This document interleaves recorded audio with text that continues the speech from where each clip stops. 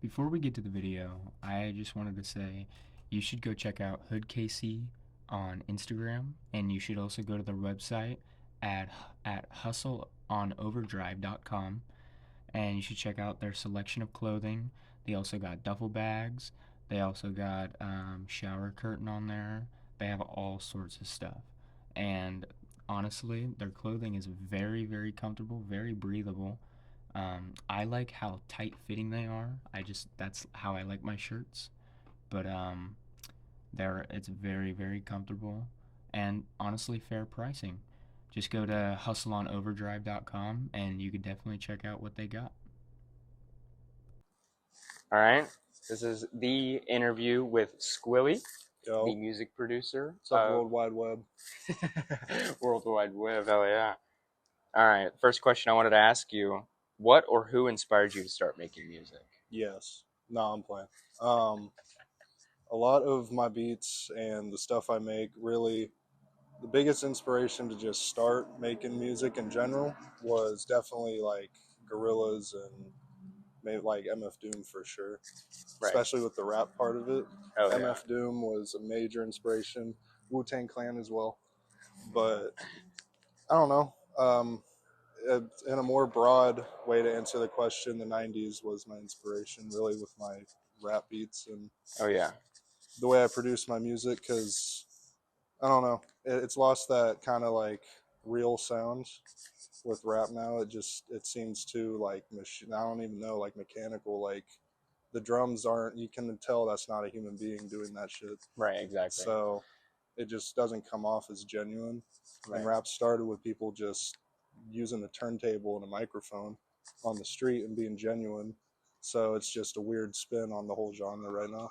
Right. So That's kind of like how me and Shundo were talking about how people are just getting really popular off of really trash lyrics and just easy yeah, beats. Like it's definitely like a kind of like a we are in charge of revamping it in a way. So like yeah, if we don't want it to continue like that, then we are capable of making that impact on changing that and like influencing it to become better and become like the old music.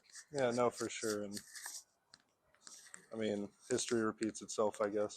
You Right. just gotta go back and appreciate what it started with. Right, exactly. Before you can just jump into making stuff. And no disrespect on modern artists or nothing like that, but you really need to pull from the foundation of it than what someone from 2011 was doing. Right, exactly. So that's my opinion about it. That's fair. And so, like, with that outtake, how do you channel your emotions throughout your music? Man, mostly like when it comes to something with no lyrics, you really have to find a sound that can kind of get across what it's trying to be.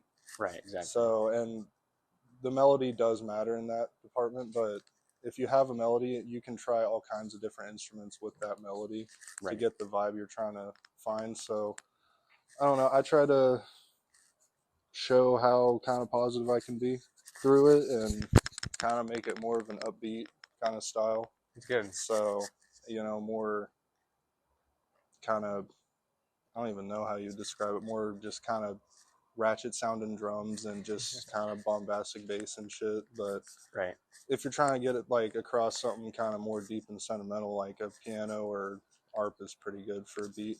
Oh yeah, so, I like harp. You could use it in a lot of interesting and creative ways. When listening to multiple of your compositions, I noticed that a lot of influence in your music from Gorillaz and just very diverse sounds from similar to like 80s retro.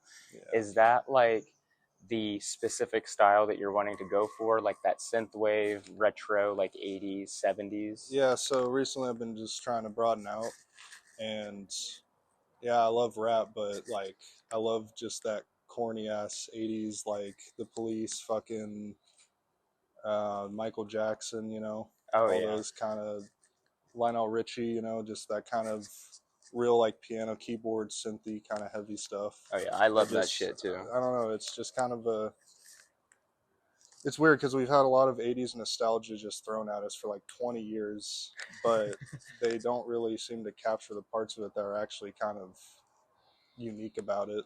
because Right. the 80s used that kind of stuff more than ever, and not just in American music at the time. I mean, a lot of Japanese stuff used that too. Oh yeah, and in Australia and Yeah. stuff too. It And was then it was worked awesome. for sure. Used a lot of that.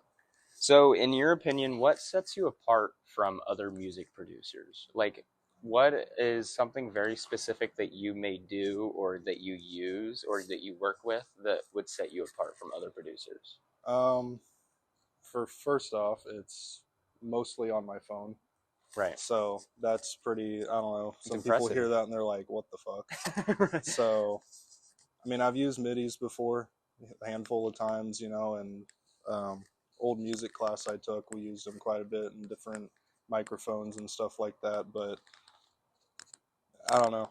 There's just something more simple to me about just a little screen that I don't have to do a whole bunch of bullshit on. I don't know. Right. It's weird to explain because I use my programs on my computer as well to Right. get certain sounds I can't with my phone because, you know, the virtual instruments just don't work well on the phone. But if you're just trying to find like a sample of something, Right. then phones are good.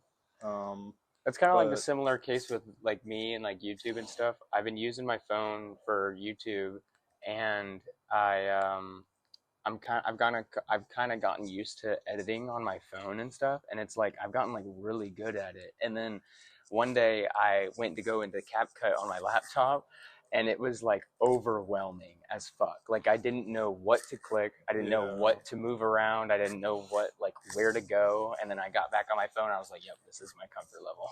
And Adobe Premiere Rush is a really good program for phones. Definitely when it comes to like video editing on your phone and stuff. Right. But like with something that people need to understand now is that phones being able to create music is fucking wild.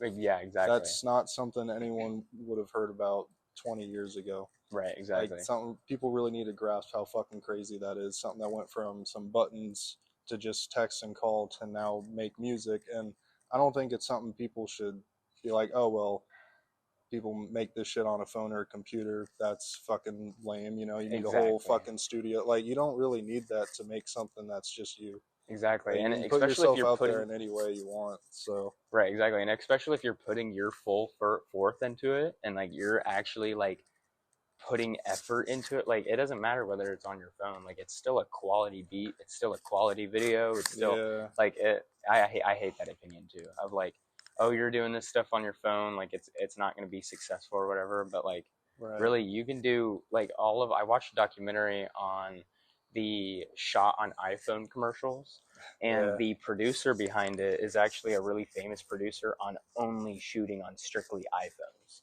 So like all of those commercials are genuinely shot on iPhones, which is really cool. That's crazy. What are like some different sounds that you use in your music, like specific names of sounds? I really like this one sample that it's kind of a sound I use quite often. It's this sample that's a saxophone sample from Cowboy Bebop. Okay. It's a 90s anime series for people who don't know.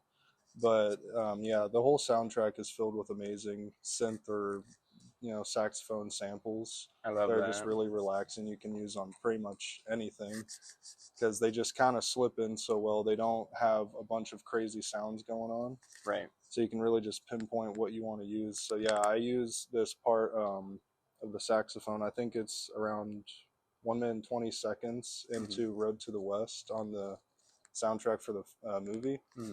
That's a sound I like to use quite often. Is cool. standpoint 120 on that. That's a good fucking sample right there. I like that.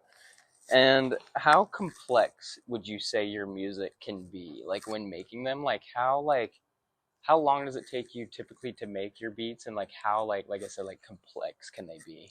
So I like music that has a lot of little sounds in them that you don't just hear. Like you need different formats to hear all the sounds in them. Right. So like you may have a song that when you listen to it like with your headphones, there's a sound you can hear in the background that's very prominent. But if you listen to it in your car, it almost isn't even noticeable. That's cool. It's just shit like that. So I like to kind of find all these different sounds I can just implement into it That's fucking cool. And just try to make it as, it's something as simple as like just a simple drum and bass beat can be changed into something kind of amazing if you just add these little sound effects here and there in between, you know, the person rapping on it. Right, exactly. So, you know, especially if they're not good at ad libs, Right. you can just add in little sound effects or, you know, samples from TV shows. I like to do that, sample some TV shows or old cartoons or something. Right. But it'll usually take me, on one I really care about, maybe 2 weeks. That's fair. Something like my older stuff, damn, this one song, Tendencies, probably took me 3 months to get right. Because it was all virtual instruments of guitar, and I don't know how to fucking play guitar. So right. it was just 3 months straight of just trying to find different sounds and cutting them all together to make a cohesive riff and right. get everything together. And the recording part at the time was weird because I just had to either do it through my phone mic or through AirPods because I didn't have the microphone I do now. Right. So it'd sound really fucking bad. They just put some effects on it, kind of record it twice, one monotone, one not as monotone, actually trying, kind of just blend them together, and it makes something that sounds pretty good. Right. So that whole stuff, I had 3 albums of that kind of stuff, of just me actually singing on all that. And those albums, I've listened to one of them with the Tendencies and like the that other song, the 115. All of those other songs, like low-key, like I think that you should dabble into more of that, like using your voice like that, because I loved whenever you changed your voice, and it like I could feel the Gorillaz, but I knew it was something else genuine. Like I knew it was genuinely made. Yeah. So like it's like it was a really weird feeling of like wow, like this, like I can hear the Gorillaz in this, but I can also like this is genuine. That was definitely, those 3 albums were definitely a tribute to them in a way, because I mean a lot of the artwork that went along with those, just, yeah, it kind of screamed their art style and just kind of their feel. And I don't know, it was something that I had a lot of fun making. Right. But it's something that like in the moment was really fun. I really enjoyed it, and I didn't really want that to end for a bit, but when it did and I just kind of fell off of making that kind of stuff, I don't know, I kind of got used to just trying out all this other stuff like rap and synthwave and just stuff I can, I don't know, I just like to create, so just making whatever. Right. Doesn't just need to be anything creativity. specific. So I love that. And where would you see yourself in the future with your music? So like whenever it comes to like, what if let's say Gorillaz does like reach out and be like, hey, like, you know, we would like you to make us a few songs, or, you know, this or that, like how would that make you feel? I'd definitely collab with a lot of people. Gorillaz for sure. Definitely need to get that soon though, because dude's like 50 pushing 60. But I kind of see music, it's a pipe dream. Right. You know, it always is, it always will be just kind of a pipe dream thing. But if you can make it work, that, hey, you can pay the bills. Right, so I'm not banking on it to work at all, but right, it's just something to keep me busy, something to do, something that makes me me. Right. And then if it happens to, you know, blow up along the line, then, you know, fuck it. So to answer your question, in 10 years, I'd probably see myself in the mostly the same spot. It's making stuff for me and what I want to hear and what I want to enjoy, and I'll still put it online, but you also just got to be careful with branding and signing deals. And exactly, because those will be quick to fuck you over. And it's something where I want any artist to know this day and age. Yeah, okay, go on the internet, post it. Some people get popular off of SoundCloud, but they buy their audience with bots or whatever the hell they're doing. Play fucking live, because someone who's going to see you actually doing your shit on stage is going to connect a lot more with you than just finding it on SoundCloud with a billion other songs they can just click skip on. So play fucking live. Go do something live. Fuck stage fright. Fuck that social awkwardness. That shit does not matter. find your fucking niche and just run with it. Facts. So, facts. And so when you're looking for sounds and ideas in your music, like what artists or even what like so like we kind of know the artists now, like with Gorillaz and stuff like that, and like the 80s and 70s retro, but like what like in real life, what things that you see or what things that you do that would then give you an idea for your music? So a lot of the ideas for my songs, especially back when I was actually singing on stuff, was Right. more of just telling other people's stories. Okay. So just seeing how someone is someone I know personally, or someone I see online, or just someone like I hear about something and I was like, hey, let's tell that story, and maybe, or Right. it could even just be like a fictional thing. And I'm kind of thinking about like, oh, well, wouldn't it be cool if this song was kind of about this person who dealt with this and that or something, or Right. like in Sam the Spaceman, it's just a fucking song about a spaceman. So it, like, I don't know, the inspiration is just kind of, I don't know, you just kind of observe shit and just kind of put it in there. Like, I don't know, fuck it. You could do a song about love kills or something, Right. Like, it could be anything. I don't know. It just kind of sparks you whenever. Like, sometimes I'll see something and be like, okay, I can make a beat out of this, or I'll hear like a sound and be like, okay, I can make something out of this, Right. So it just kind of comes to you. I like that. There's not really, at least me anyway, I can't really tell you how to get something to just pop up, Right. or where it directly comes from. It's just kind of just like sparks. It's just kind of, yeah, you just kind of think about like the people you listen to and the stuff you've listened to, and you just kind of build off of that, but don't steal it. Right. Exactly. So I've made plenty of beats that are just like MF, like some shit MF Doom would make, because I had listened to him at the time or something, Right. Or you make something more grungy and dirty sounding because you were just listening to Wu-Tang. Like, it just kind of happens. Right. So, That's a cool aspect of how different things that you may be doing during that day could then inspire different styles of music. Like, that's a very interesting like way of looking at that. I like that. Bone or boneless wings? Oh man, you gotta do the bone in. The bone in? Because boneless is just chicken wings. Like, and what sauce? Or I mean, boneless are just chicken nuggets. That's what I meant to mean. Fuck. So what sauce? Yeah. It's gotta be buffalo. Buffalo sauce? With blue cheese. I don't give a fuck what any of y'all think. Blue cheese is fire. Okay. Blue cheese is amazing. Hell yeah. What is something in KC, whether that's community-based, entertainment-based, food-based, but what is something in KC that you absolutely love about the city? The energy. The energy? Everyone in this city is just a crazy motherfucker. Like, you got a party going on, people will show up. The city's fucking crazy. Like, it gets fucking loud in this city, and I fuck with that a lot. Because some days it feels dead, like nothing's going on, and some days might seem like, damn, this city fucking sucks. Right. But when you're out in like the nighttime scene and the fucking shit, if you're one of those people that like sideshows down here, it's pretty cool. Right, exactly. But if you're someone who just wants to go up to the Power and Light and main downtown area and just see the nighttime life and all that, like, it's a cool fucking place to be. Right. It's kind of got that old 20s kind of jazz feel to it at points, especially if you go to some of the underground clubs that they got here. Hell yeah. So yeah, it's a pretty fucking cool place. You just gotta look. I like that. It's not really a surface area place like Atlanta or Los Angeles or something. Right, because those places real deep down are fucking terrible.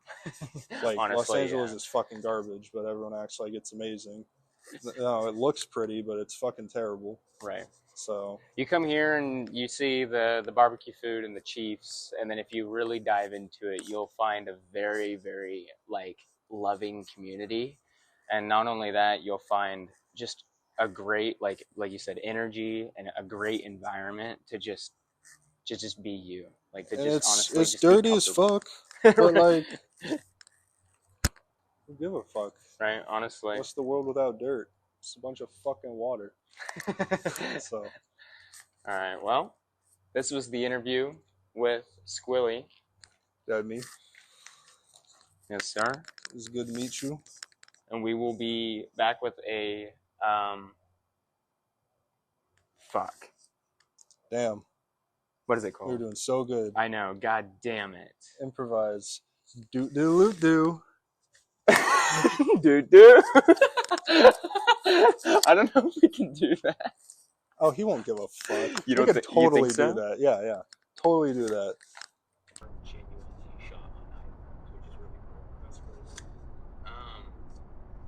Why am I talking so much? Fuck.